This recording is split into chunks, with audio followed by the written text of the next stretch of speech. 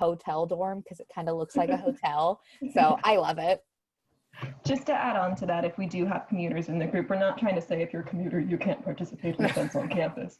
Because of course, there's a ton of people involved, like the vice president of one of the clubs I'm in is a commuter, and she's still super involved, and she does a ton of stuff, even though she doesn't live on campus. So there are it's not that you're limiting yourself if you do choose to be a commuter. It's just for me and for Molly that it works best for us to live on campus, and we really enjoy it.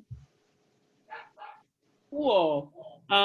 Next question is probably another me question. What can you say about the biomedical science field and how do you function as a hood student? So if you want to go into biomedical science, obviously I'd recommend going into biology or biochem major. Obviously with any of our STEM majors, you will be asked to step outside of your major a little bit and kind of take some courses depending on whatever your end goal is going to be.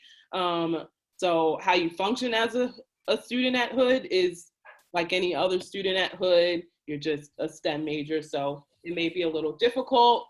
It is a little rigorous, but you will be able to make it through as a biomedical science major. Like Dr. Falkenstein said, if you were in the biology group chat, you have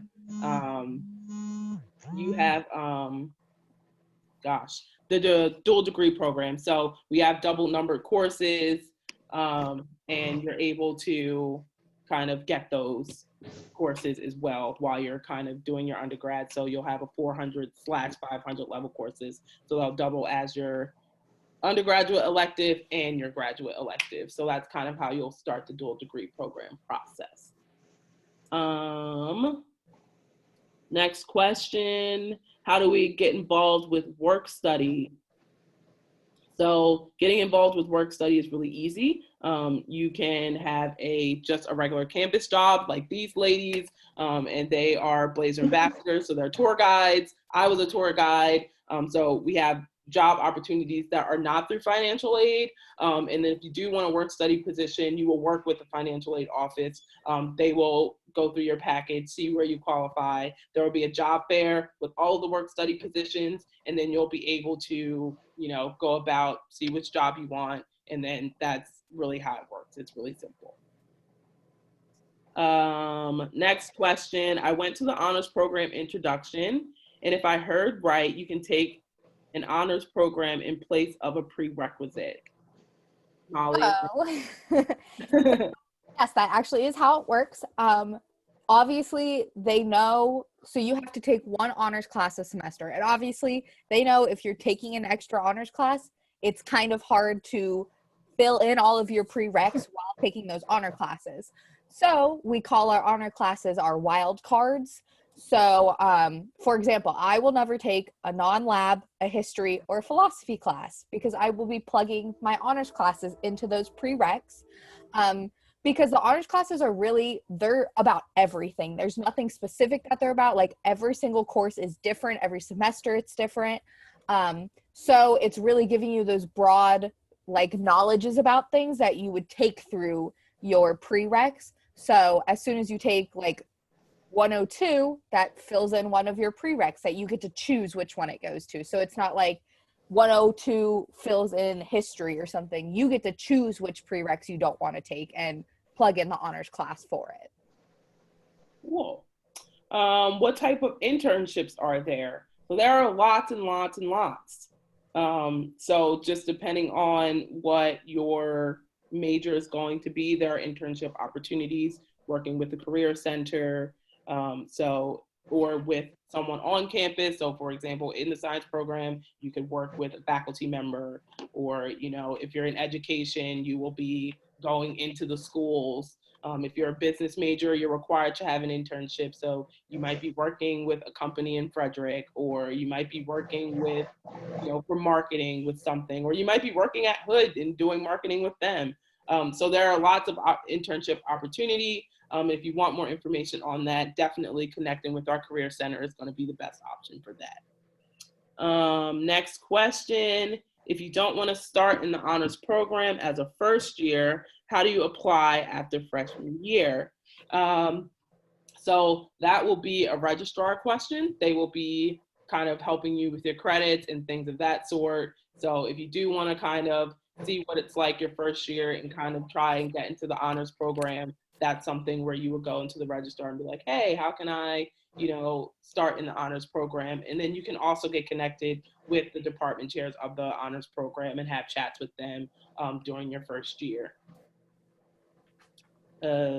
Next question. What are dorms like and how do they assign roommates? Ladies. Yes. So as far as roommates your first year, that you have two ways you can do it. If you connect with someone and you've met them before, or that you're just talking on social media and they're like, oh, I'm going to Hood next year too, and you really get along, that you can request each other to be each other's roommates when you fill out the form they'll send you. If you don't feel comfortable doing that, if you haven't found anyone that you really connect with in that way, then you're put into a lottery or like a randomizer, but I don't like saying randomizer because it's not entirely random. So they give you this very extensive, long questionnaire to fill out, like what temperature do you like the room to be? How clean do you want it? When do you go to bed? Stuff like that. So they really learn about your lifestyle and they match you up with someone who's going to have a very similar lifestyle to that, so that you have as little problems living together as possible. Molly, any additions? That's pretty much, I mean, so after your first year, you can either choose to stay with your roommate if you guys really clicked and you loved it. When you fill out your housing contract, there's a little section at the end of that, and that's where, like, for example, your first, like right now, if you find somebody, say you find somebody in this group and you're like, I want a room with you. When you fill out your housing contract at the end of it, that's where you would put their name to be roomed with them.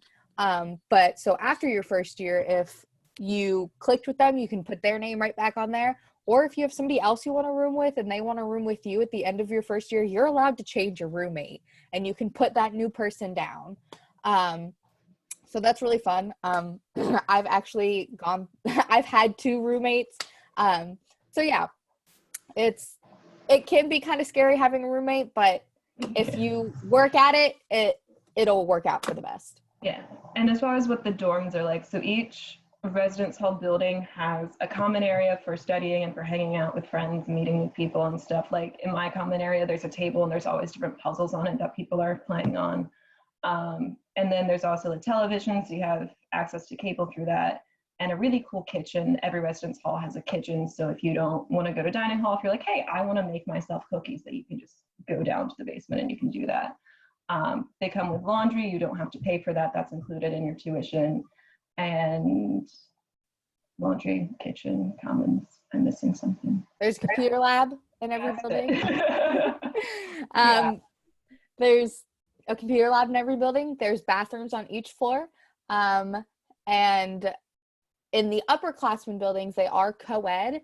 So if you find yourself on a co-ed floor, there are still some just single gendered floors in the building. But if you find yourself in a co-ed dorm, the bathrooms are decided by the floor. So you have your first floor meeting, and that's when you sit down with your RA, and you can either talk about it in the meeting, or if you don't feel comfortable, you can send your RA a message and be like, I don't want the bathrooms co-ed, and then they won't be co-ed. If there's at least one person that doesn't want them co-ed, they won't be co-ed. So that's really great. The RAs are very good at trying to get everybody involved in things and getting the floor involved with things with each other. So that's really fun. Parking on campus. You are allowed to have a car all 4 years, and it is free. You don't have to pay for parking. So that's always a plus. I have a car. I love having a car, but you don't need a car. The location of the college, you're only a 10-15 minute walk from downtown Frederick. And so it's really nice, especially when it's a lot warmer, or in the fall and the spring. It's really great to just walk downtown and check out all the shops and go have some pizza or go get a piercing.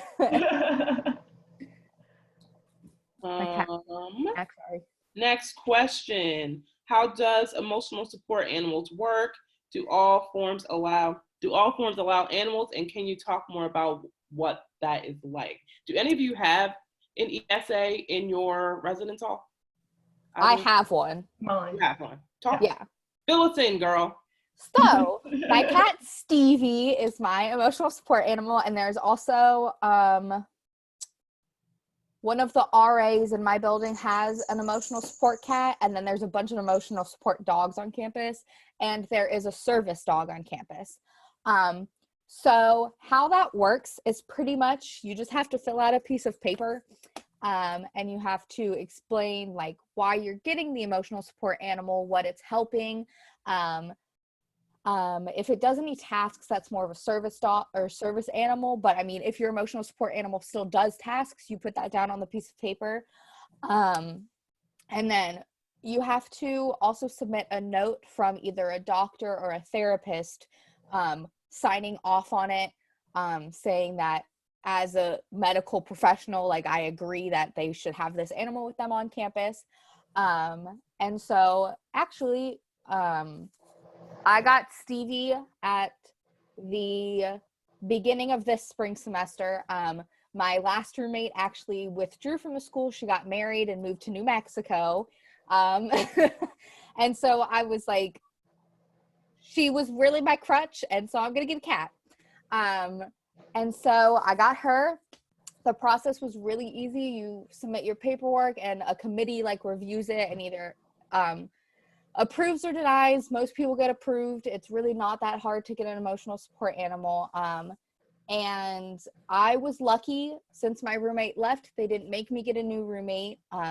But you can have an emotional support animal with a roommate as long as the roommate is like a-okay with it.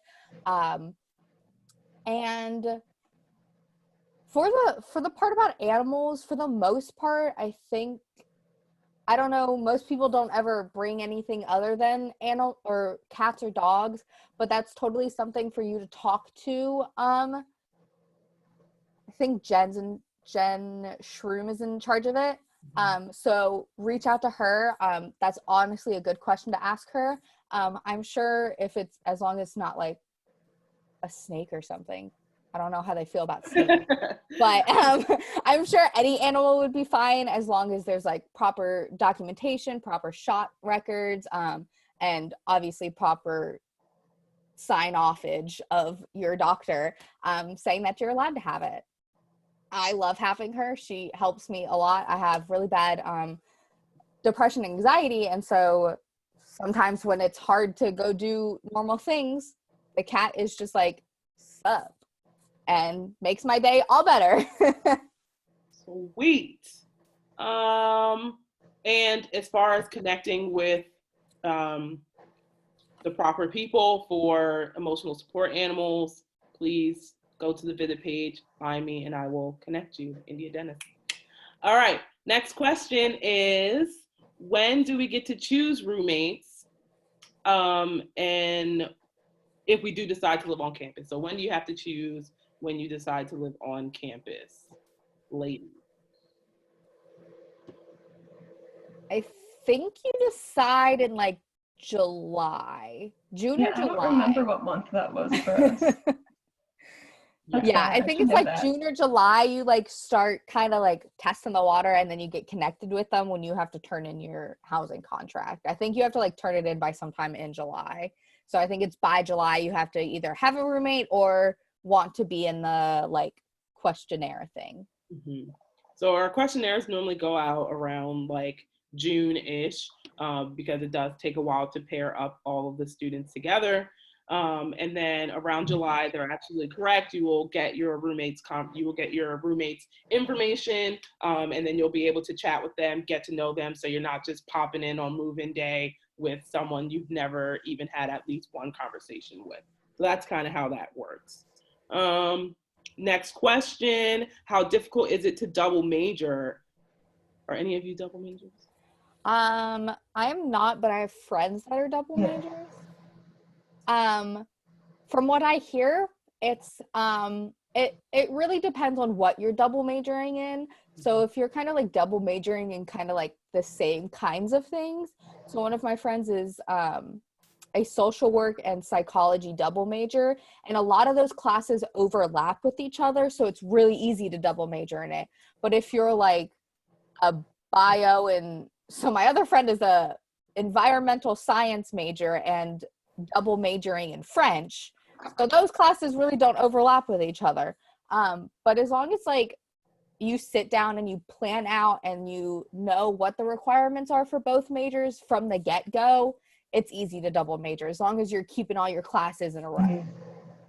Yeah, you definitely have room in your schedule for it if that's a concern. It's just a matter of do you like how much do you want to take easy classes, like, or do you want to like sail through? Because if that's your plan, double majoring probably isn't a good way to go. Because you don't get as much room for electives. But if you really enjoy these majors and these are fun classes for you and that's what you want to take and that's what you want to focus on, I don't think it's going to be too much of a struggle. Cool beans. Next question. When do you have to pick a major? And can you register as undecided and do general education courses for the first year? Yes and yes.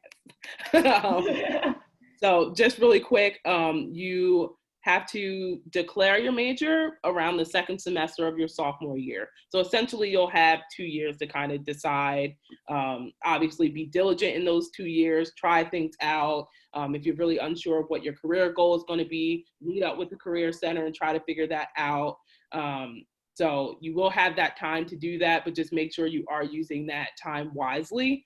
If you are coming in undecided, because that's totally okay. I changed my major 5 times at Hood before I decided I wanted to do biology. So it's definitely something that you can do, and you can kind of just come in, get all your core out of the way, and kind of start trickling into your major that way too. But if you come in and you know exactly what you want to do, you don't have to wait till the spring of your sophomore year to declare.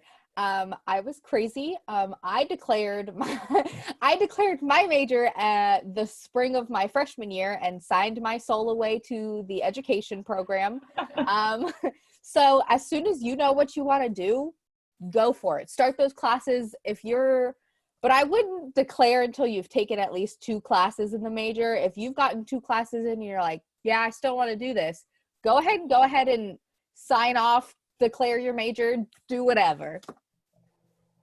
Cool beans. You also get a t-shirt when you declare a major. And I know that's not really a big deal, but it makes me really, really happy because it says I made a major decision. Says, I made a major decision. And everyone on campus has one once they declare. And so it's just like, oh yes, I have the shirt and everyone else has the shirt. It's kind of like a rite of passage. Like I declared through email, so I wasn't on campus when I declared. So as soon as the next semester started, when we came back this fall, I walked my butt into the registrar office and I was like, I need a declare shirt. Okay. It's such a small thing, but it makes me so happy. I think it just shows like how much like traditions we have, and we're not like a cookie cut school. Like we have a lot of weird stuff that like really enforce our sense of community. That's true. That is so true. The weird things that we do. They're really fun. They're very unique, I would say. Do we have to bring things like refrigerators and microwaves, or do they come with the room? You do have to bring both a microwave and a fridge.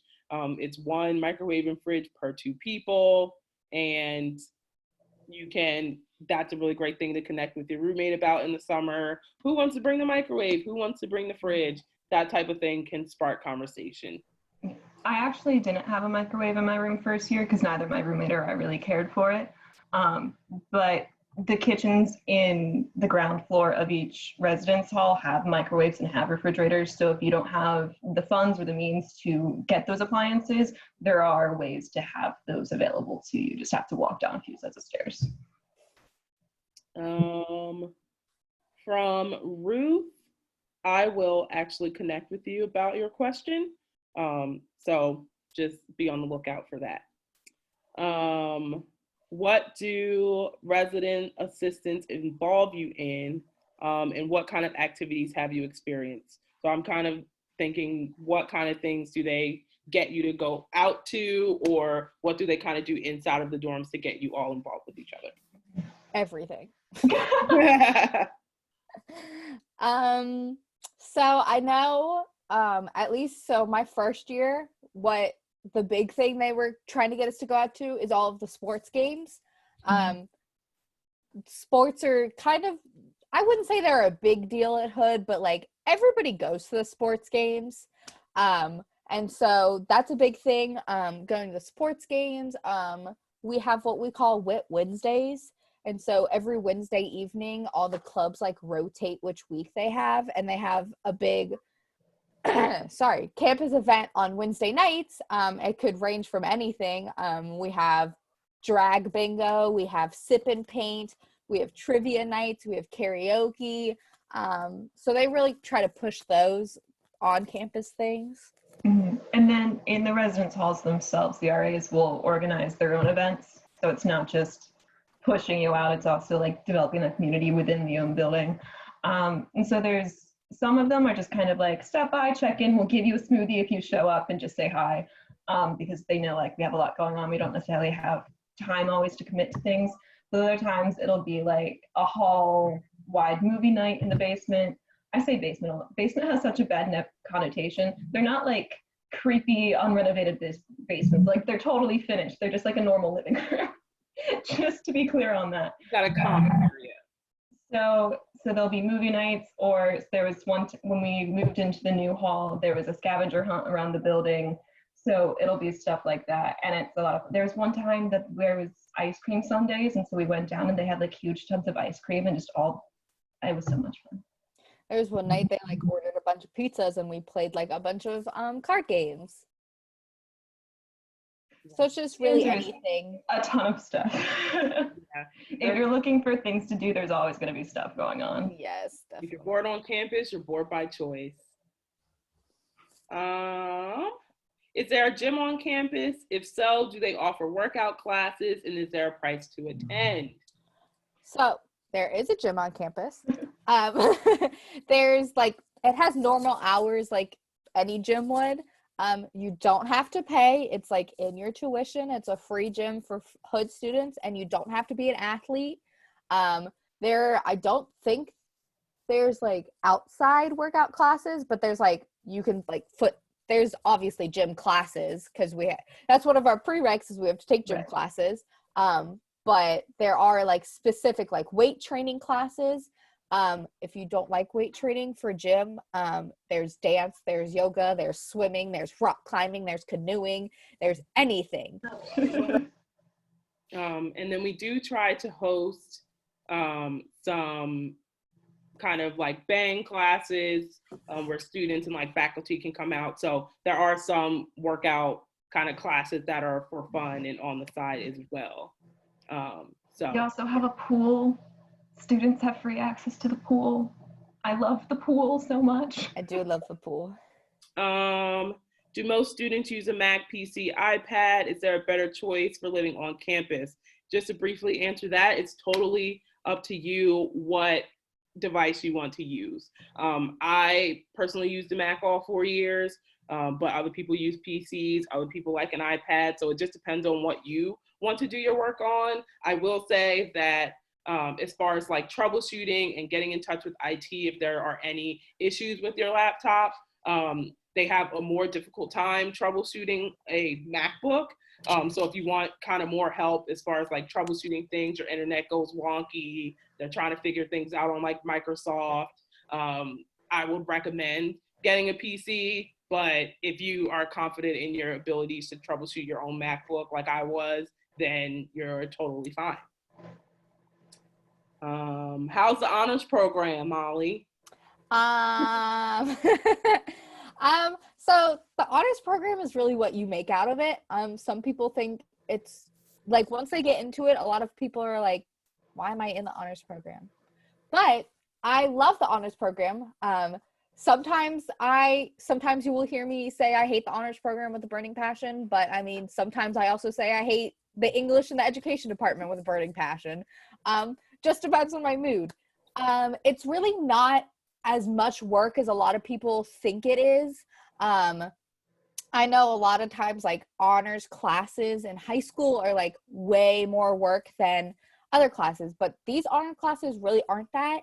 I like that it lets me get a new kind of knowledge about things that I usually wouldn't take in my in the English and education program, or like last spring, my honors class was about education in the Middle East. And in the normal education program, you don't learn about that. So it is really fun. I love it. I honestly haven't had like an honors class that was like ridiculous amount of work.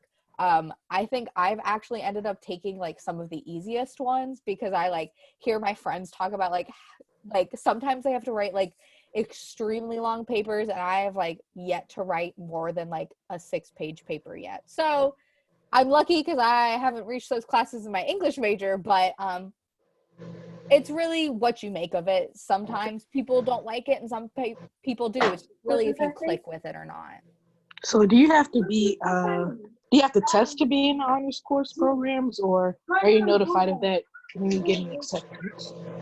So you are notified when you get your acceptance. There's like a separate sheet that's like, congrats, you're in the honors program. And if you don't get into the honors program your first year, at the end of every year, professors will like recommend new students to be introed into the honors program as an upperclassman, and you can talk to the registrar and the department chair if like you're like, this is something I want to do and I think this is something I can do.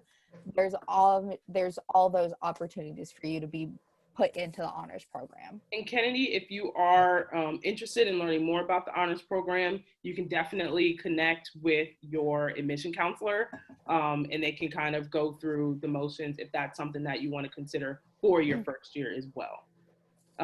Typically, like if you want to be considered, you might have to submit an additional writing sample to be, walked through with the honors committee. So that's something that is possible for you. So connecting with your admission counselor will be the best option for that.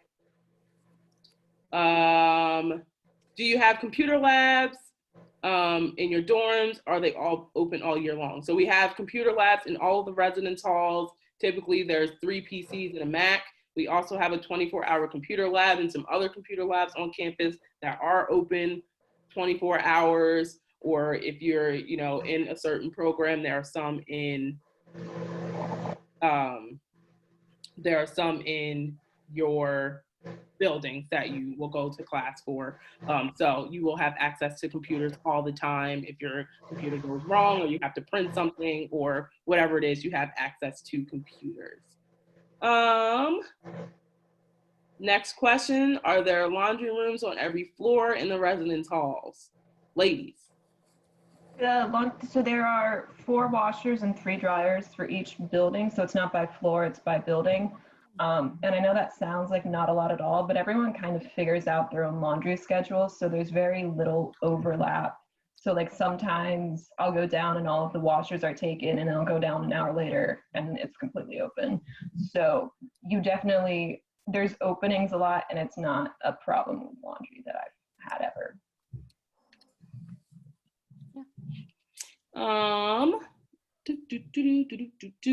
Average class sizes, ladies. 15 people. I've never had a class, with the exception of honors first year, which was 60 people, and it was kind of a conglomeration of it was like technically like 4 classes put together. It was interesting. With the exception of that, I've never had a class with more than like 25 people, and I'm so used to being in small classes now that when I do have a class with 25 people, I'm like, there's too many people here. Yeah. I don't know how to do this. I'm comfortable with about 12 to 15 students. The smallest class I'm in right now has like 7. Because when you move through your major, it gives like smaller and smaller classes as you go more advanced. In my education class right now, there's 6 of us in it. That sounds like so much fun. It is. It really is. Yeah, there are various size classes. I think the further you get into your major, the smaller your classes will be. Your general education courses, your core curriculum will obviously be a bit larger. Typically, they're capped at 35, with the exception of some of the science courses that might be a little bit over that. But they are typically very small. I've had a class with 7 people, 5 people, 15, 20. So they're varied, but they all will give you that individualized attention that you may need from your professors, or for you to just have study groups with your friends. So great things there. For the honors program, are they test-based? So do you have a lot of tests or do you write a lot of No. papers? The honors program, what? Sorry. So the honors program, I've never taken a single test in any of my honors classes. They're a lot more on trying to, like, why can't I think of the word? Enhance your writing discussion skills. So it's a lot more of like writing a paper on some like research or something you've been talking about in the class.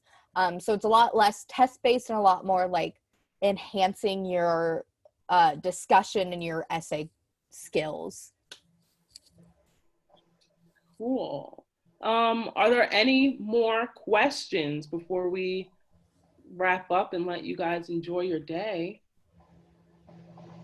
Put them in the comments. Going once, going twice. Oh, we have one. Can people stay overnight in your dorm, and how are the visiting hours, ladies? So there aren't like visiting hours. Anybody is allowed to come visit you anytime, any day. And you are allowed to have guests stay overnight. But you can't have them like, they can't come for like a week straight. They can come for like 2 or 3 days maybe in a row, but then they gotta leave for a little bit and then they can come back again for like a day or something like that.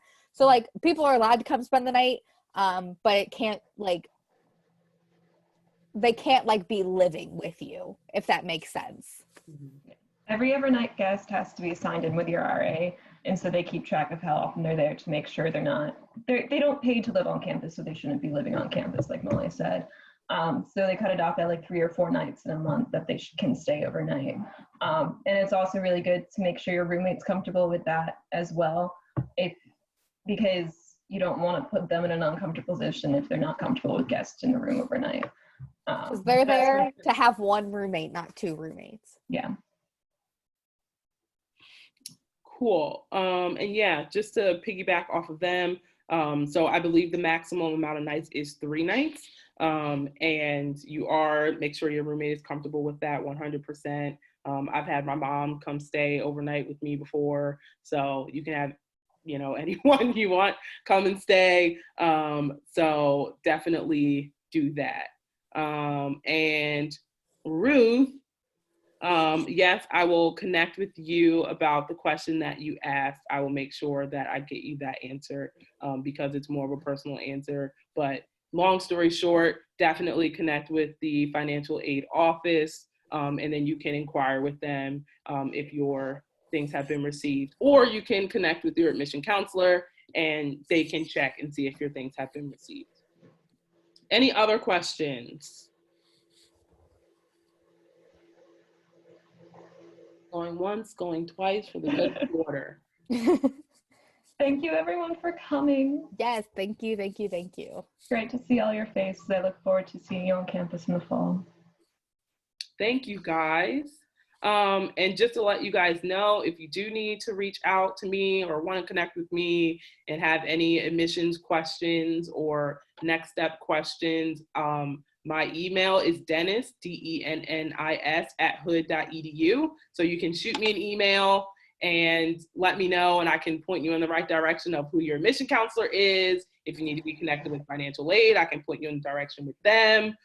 So definitely connect with me, Dennis, DENNIS @hood.edu. All right. And feel free, if you haven't done it already, please go back to hood.edu/ASD and fill out your survey so you can get your ASD 2020 t-shirt. All right. So please do that. We want to make sure you get your t-shirt. Make sure you put your address, your email, your phone number. We want you to get that as a thank you for coming out and doing this virtual event with us today. If there aren't any other questions for the good of the order, I will end this meeting. I hope you guys are staying safe and you're staying well. I hope that you are adjusting to this whole school thing. And if you need anything, please reach out to Hood Admissions. We want to be here to help you. We'll listen to you. We'll let you vent about school. We understand it's a terrible time. It's awful. So we want to be here as your support. So just know that we're here to support to you. I hope And India is literally the best person on this world. I'm all right. I'm all right. All right. Any other questions? Going once, going twice? I'm just making sure. All right. Nothing has come in. You're welcome. You're very welcome. Thank you for coming. Thank you very much. Dennis, DENNIS@hood.edu. Connect with me. I hope you guys have a great day. Stay well and get your t-shirts. So fill out your survey. All right, everyone. Goodbye. Bye, guys. Bye.